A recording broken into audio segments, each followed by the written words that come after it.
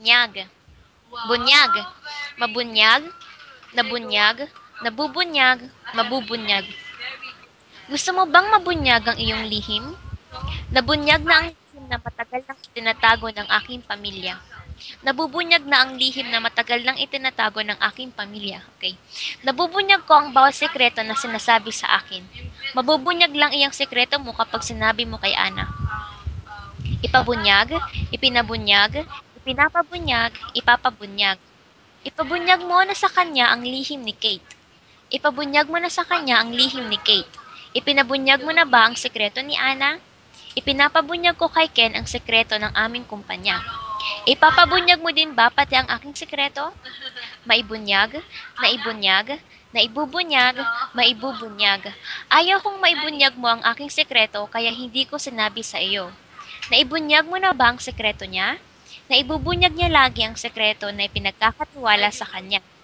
Maibubunyag niya lang ang lihim mo kaya wag mo na sabihin sa kanya. Maibubunyag niya lang ang lihim mo kaya wag mo nang sasabihin sa kanya. Magbunyag, nagbunyag, nagbubunyag, magbubunyag. Magbunyag ka nga ng lihim ng mga politiko. Nagbunyag siya ng lihim ng presidente kaya siya ikinulong.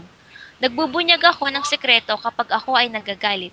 Magbubunyag lang ako ng sekreto niya kapag binigyan mo ako ng pera. Magbunyagan, nagbunyagan, nagbubunyagan, magbubunyagan. Magbunyagan kayo ng sekreto. Nagbunyagan sila ng sekreto dahil galit sila sa isa't isa. Nagbubunyagan sila lagi ng sekreto. Magbubunyagan pa ba kayo ng inyong sekreto? Bumunyag, bumunyag, bumubunyag, bubunyag. Bumunyag ka nga ng kanyang Okay, bumunyag ka ng kanyang sekreto. Bumunyag ka na ng sekreto ko noon kaya sana wag mo nang ulitin. Bumunyag ka na ng sekreto ko noon kaya sana wag mo nang ulitin.